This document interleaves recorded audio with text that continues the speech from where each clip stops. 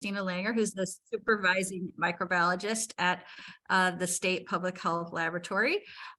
She was educated in Connecticut with her Bachelor of Science at Central Connecticut State and then her MPH at UConn. She's been at the state lab since 2004 and has been a supervising microbiologist for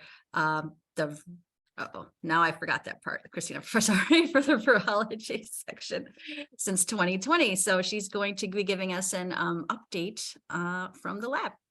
Take it away, Christina. Okay, let me just share my screen.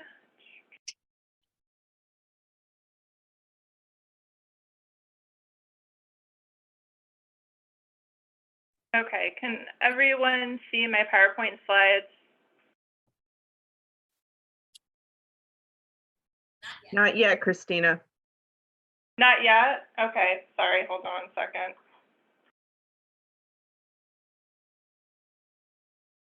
All right, let me see, share. All right, maybe I wasn't sharing. Are they up there now? Yes. Okay, sorry about that. All right, so I'm Christina Langer. I'm the supervisor of the Virology Serology STD section of the DPH laboratory. I'm excited today to have the time to share with you all of the testing that we do in the STD section of the laboratory. I know there's a lot of clinicians on the call who are very familiar with what the public health lab does provide. And for anyone who's new, I just wanted to give a brief overview of all the different testing services that we do provide for STDs, and also provide everyone with some updates in our testing services, and also what we have in the pipeline coming up. Okay, so my area encompasses really virology, serology, and the STD testing. In the section of the lab, what that includes is testing for chlamydia and gonorrhea. We added trichomoniasis this past October. We do syphilis testing, herpes, HIV, and hepatitis B and C. First, I wanted to just give everyone a brief overview of our clinical test requisition here at the state lab. We still do have paper test requisitions that we need filled out every time you submit a sample. So we do have an updated version. It's on our website. Some of the testing got shifted around on the test rec. So if you're not familiar with the most recent version, under the right-hand side where you're going to find everything for STD testing and also the viral serology stuff for HIV and hepatitis. So whenever anyone's sending in a sample, we do need a completed test requisition filled out for each sample type that you're submitting. And I wanted to go over a new requirement that we have at the State Public Health Lab starting this past January 1st. There's a new requirement that requires every clinical specimen that's submitted to the laboratory to have 2 patient identifiers. A letter did go out recently. So I just wanted to give a brief overview in case there's anyone who's not familiar with this. So we do need 2 identifiers on every specimen. This would include either the person's first and last name and the date of birth. That's probably the 2 identifiers that are going to apply to the people collecting specimens in a clinic. There's also the option to put the medical record number or another submitting laboratory succession number on there. So moving forward, this information does need to be on every specimen, whether you handwrite it on or have a printed label. And we need to make sure that the information on the specimen matches the information that you write on the test requisition. Currently, we're just in the beginning phases of implementing this. Our quality assurance department is going to follow, they have been, and they will continue to follow up with any specimens that do not have the 2 patient identifiers.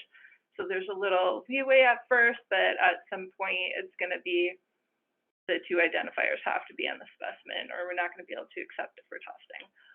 So I just want to make sure everyone's aware of that if they haven't already heard this. So the current testing that we offer in the laboratory, we do chlamydia and gonorrhea testing by NAT and nucleic acid amplification test, and I know a lot of the clinics are very familiar with the assay. It's an Aptima assay on the Panther system. For chlamydia and gonorrhea, the specimen types that we accept are vaginal, throat, rectal, endocervical, male urethral, and urines. And I also have the specimen storage requirement and transport requirements on the slide. So later you can use these slides as a reference in addition to what we have on our website. More recently, starting October 1st, we started offering trichomoniasis testing. The trick testing is very similar to the chlamydia gonorrhea. It's also a NAT that's on our Panther system. It's a different assay, but you can use the same patient specimen to do both the chlamydia gonorrhea testing and the trick testing. So you can submit one patient specimen and fill out the test requisition and request both CT/GC and the trick.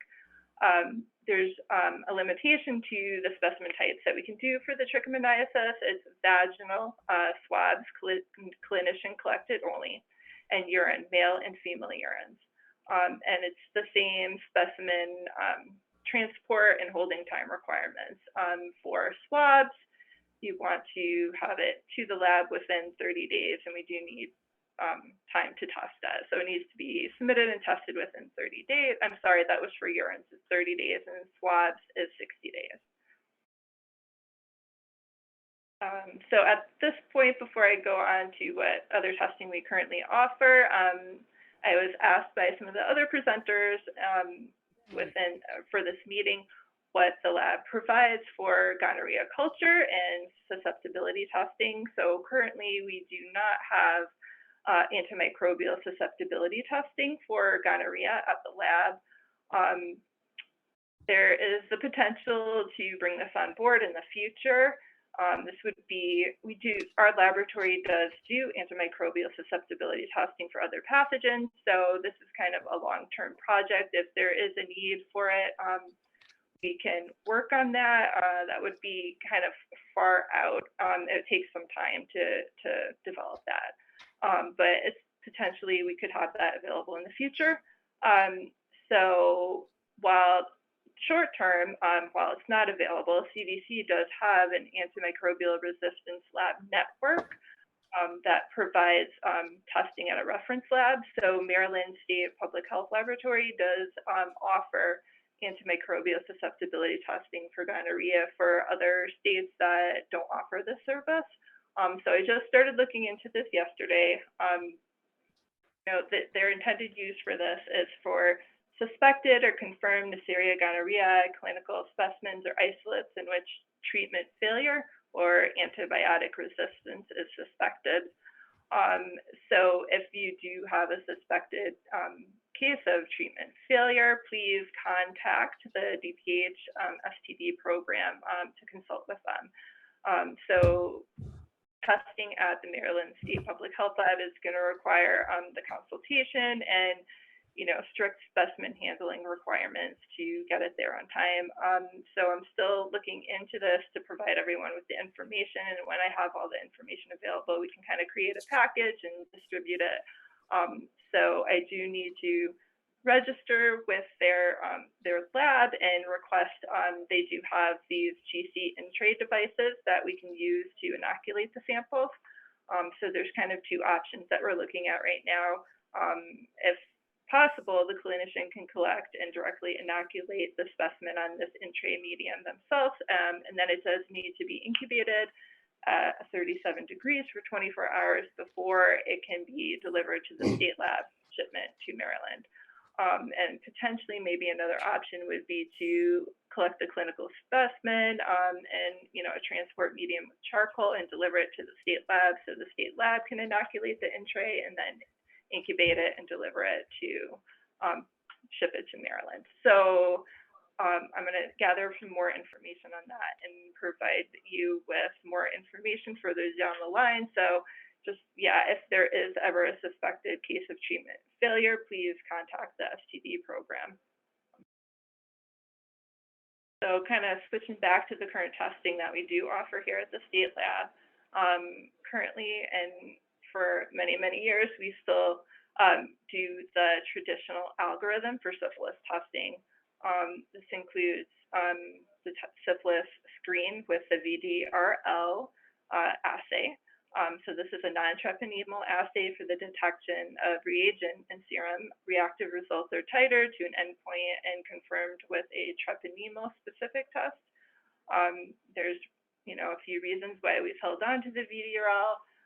It's inexpensive, and it's the only assay that we can use to also test cerebral spinal fluid, which would be something that's coming from the hospitals, not necessarily the STD clinics. So we do have the VDRL that we use as a screening test for syphilis still. And specimens do need to be collected and stored, refrigerated, and received within the lab within 5 days. So for confirmation of syphilis, we're using the treponemal pallidum particle agglutination assay, the TPPA. This is used to confirm reactive results of non-treponemal syphilis screening, such as the VDRL or RPR. And the same specimen holding, transport requirements are the same for the VDRL and the TPPA. So I know Dr. Dunn spoke about syphilis on the last session, and she, was very detailed about the symptomology and the clinical presentation, and you already had the syphilis epidemiology from Eva last session, and I know Dr. Dunn kind of touched on the different tests for syphilis. I just wanted to briefly go over it a little bit more. So the diagnosis of syphilis infection still relies on both clinical evaluation and one of two multi-laboratory testing algorithms to indicate current or past infection with treponemal pallidum. The two types of serological syphilis testing are the treponemal assays, which directly detect antibodies to T. pallidum. Treponemal tests include either IgM, IgG, or a total, IgM, IgG, IgM antibodies. Antibodies detected by the treponemal test arise earlier than those detected by non-treponemal tests, and they typically remain detectable for life, even after successful treatment. And then there's the non-treponemal assays, which detect antibodies directed against lipoidal antigens, so cardiolipin, cholesterol, and lectin. And this is released as a consequence of cell damage, which is elevated in numerous conditions and infections, including syphilis. The non-treponemal test can provide an endpoint titer for positive samples. Titers decline after proper treatment over a period of months to years. And I think you might have seen this previously, and I know it was presented last year when we had the STD clinician meeting. This is just a diagram of when the different types of antibodies are detectable and at what stages of syphilis. So you can kind of see from this, the treponemal antibodies are detectable a little bit sooner before the non-treponemal antibodies, and then with successful treatment or over time, the non-treponemal antibodies wane and decrease. So it is our intention to change from this traditional syphilis algorithm to the reverse syphilis algorithm. I know that's what many hospital labs and private labs are using these days. So I know that, this meeting over a year ago, we were in the middle of purchasing the BioFlex 2200 instrument. And they have an assay that is for a syphilis total antibody and an RPR assay, which is totally on board the instrument. So it's all automated. Right after we did purchase this instrument, Bio-Rad, the company that makes this instrument and this assay, had a change to their assay. Last February, they disabled this RPR portion of the assay due to ongoing concerns related to COVID-19 vaccine interference with the RPR and an increased false RPR reactivity. So that kind of put a hold on the plans to change to this reverse syphilis algorithm. The total antibody assay portion of this on the instrument is totally not affected at all by COVID-19 vaccine. So circling back to going back to the reverse algorithm, in the immediate future, it is our plan to move forward with providing the reverse algorithm at the State Public Health Lab using just that total treponema antibody test as the first screening test. So hopefully we can get this going in the next few months. And using that, this is what the reverse algorithm is going to look like here at the State Public Health Lab. So this first test that we're going to use for screening is going to be the treponema specific test. It's going to be the T pallidum total antibody screen on this automated instrument. So if it's non-reactive, that's the end of that. If it's reactive, then we're going to have to provide our traditional VDRL assay with a titer. So if the VDRL is reactive, then you have both the non-treponemal and the treponemal reactive evidence there. So that's the end of that.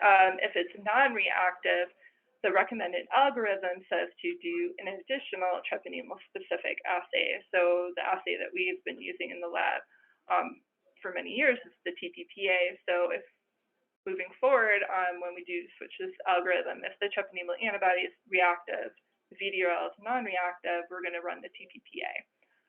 If the TPPA is reactive, then treponemal antibodies are detected. If it's non-reactive, those treponemal antibodies are not confirmed. It's, possibly inconclusive. There's a potential for early syphilis, or most likely it could be a false biological positive or false positive. Dr. Dunn did kind of touch on this in the first session, and I liked how she phrased, that the TPPA has been around for a long time. It's kind of the gold standard. And just to reflect on what she said, that the treponemal antibody assays, those are newer and they're very sensitive. And she did point out that there's the potential for some false positives in a low prevalence population. So I think this is why the recommended algorithm still has us doing this additional test if the VDRL or RPR is not reactive. So I pulled the next two slides are chart that came from the Association of Public Health Laboratory on their recommendation for syphilis reporting. I just wanted to provide this as a reference, and you can also go to the website and get the whole article.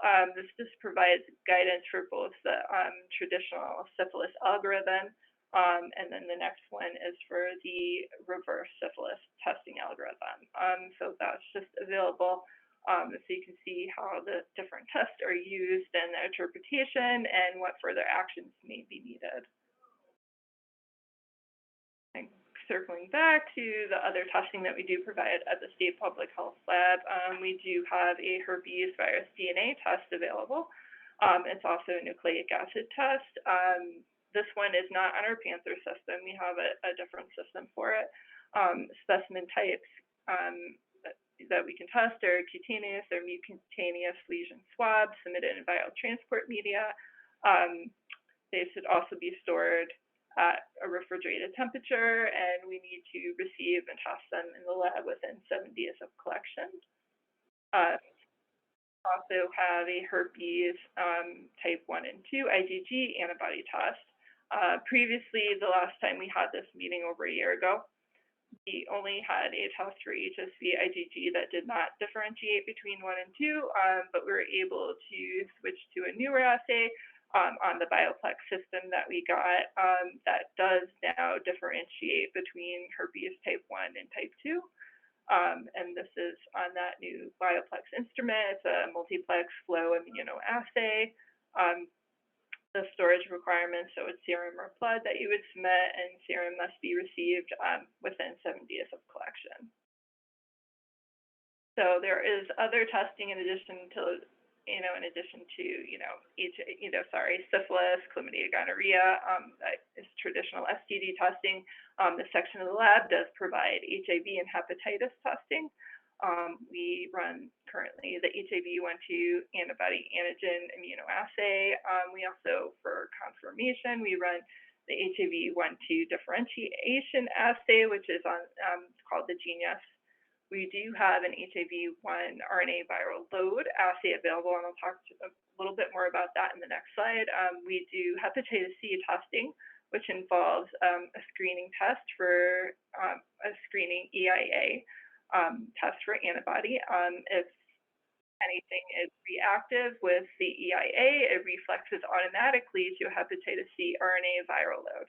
And then in addition to that, we also have hepatitis B antibody and hepatitis B antigen testing. So in response to the presentation from the previous session, where they were talking about treatment for HIV and PrEP, we do offer an HIV-1 RNA viral load assay. This can be ordered as a separate test. It's on our requisition. It can be ordered for patients who are on PrEP who need to get an HIV viral load every 3 months. It's a little different than our typical serology because it's only available for plasma samples. So we do provide plasma preparation tubes at the laboratory. So when asking for supplies, you can also get the plasma preparation tubes in addition to the serum separator tubes. And it's a little more strict on the handling requirements. It needs to be centrifuged before you ship it to the lab, ideally. If you can get it here within 24 hours, then we can centrifuge it and it'll still be good. Otherwise, it needs to be centrifuged, kept refrigerated for up to 3 days. And if there was really a delayed in testing, you can centrifuge it, pour off the plasma into a secondary tube, and store it frozen until you're able to ship it to us. So this is just a link to our website. We have, and I'll show you that in our next slide also, on our laboratory homepage, there's a link for the collection supplies and test requisition forms.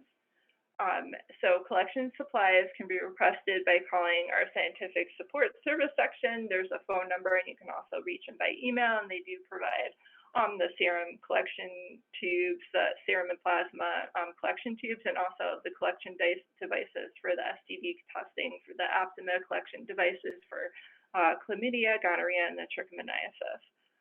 And there's also a link to our directory of clinical testing services. Let me just switch to the next page. You can kind of see this is our laboratory homepage. This is where you might find some important information. There's the letter about the specimen requirement that we just put out recently. There's the link for the collection supplies and test requisition forms, and also the directory of clinical testing services. So I just wanted to mention the directory of clinical testing services. You can click on it by each, once you open it, there's a list of each disease or test. If you click on it, you'll get a whole sheet of information about the specimen, the test that's provided, the specimen handling requirements and the shipping requirements. And this is kept up to date. So if you ever have any questions, you can go to that to get the latest information. And of course, you can always call the laboratory for any questions that you have. So now I just kind of wanted to briefly go over what happens at the laboratory. So we have our laboratory sample receiving area. It's open Monday through Friday from 8 a.m. to 4 p.m. and we're closed on state holidays. If there's ever a need, if there is ever a need, specimens can be delivered to the lab after hours. There's security present here 24/7, and they can direct you to a walk-in refrigerator on the loading dock where you can leave the specimens.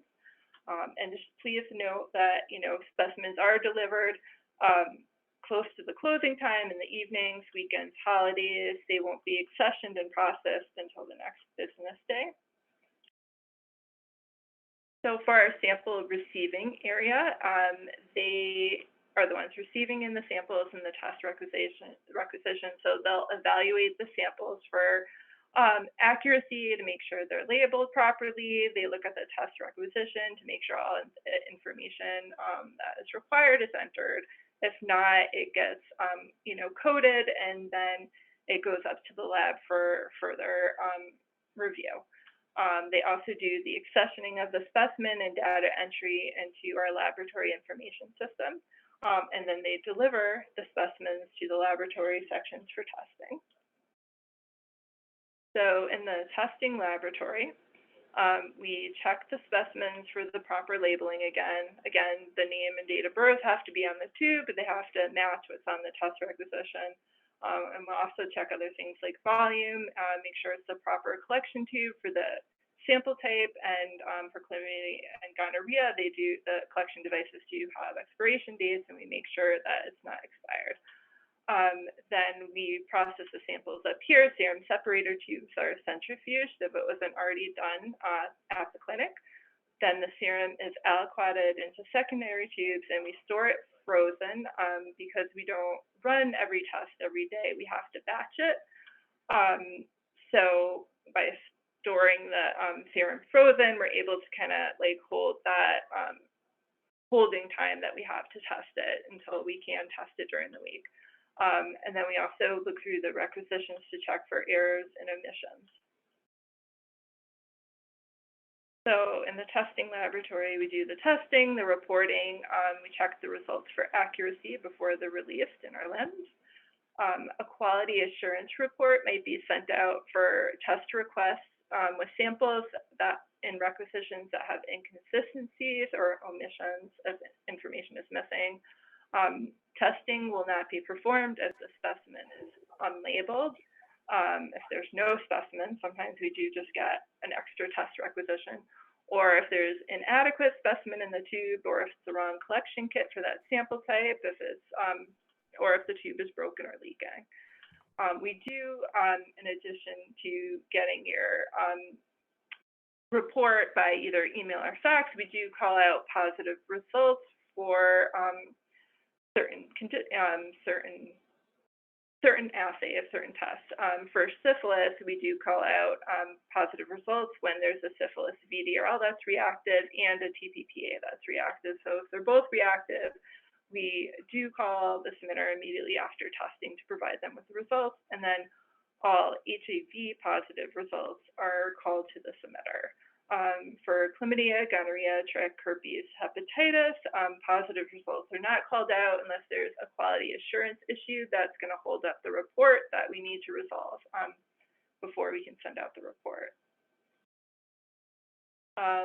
Future things that are coming down the pipeline in the future, and this is kind of like more long-term projects, we will be upgrading to a new laboratory information system. This is a long progress. We do have one picked out, and it's not at the stage yet. We're implementing it here at the lab, so it's still going to be a little while before that happens. In addition to our new laboratory information system, we're going to have a separate system, a web portal that's going to be used for electronic test orders and results. So that's going to be implemented in conjunction with our new laboratory information system. So these are future projects that will occur within like the next year.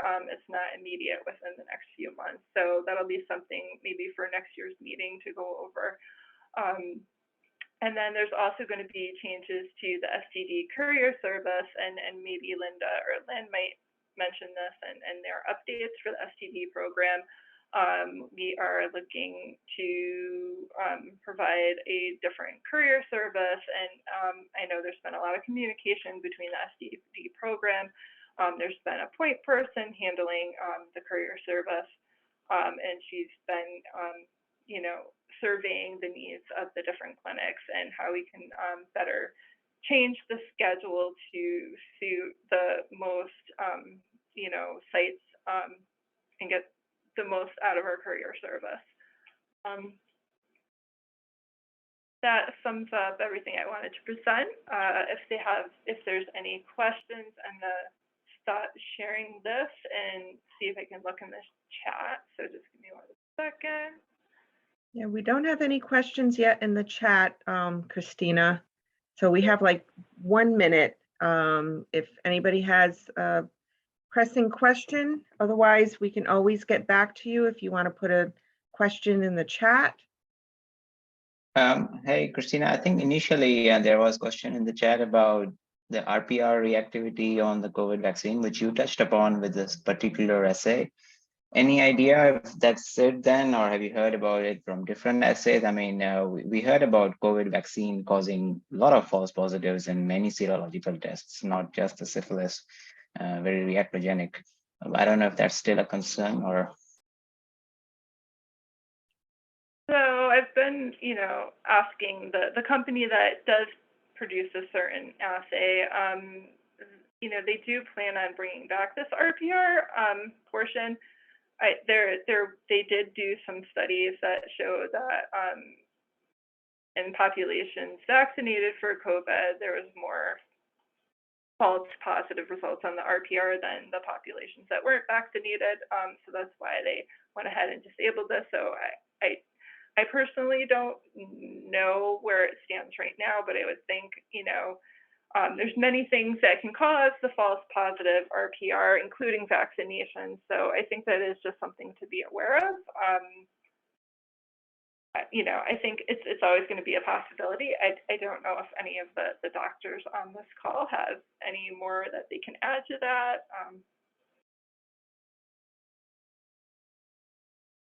Okay, thank you. Well, I just want to say thank you, Christina. That was great.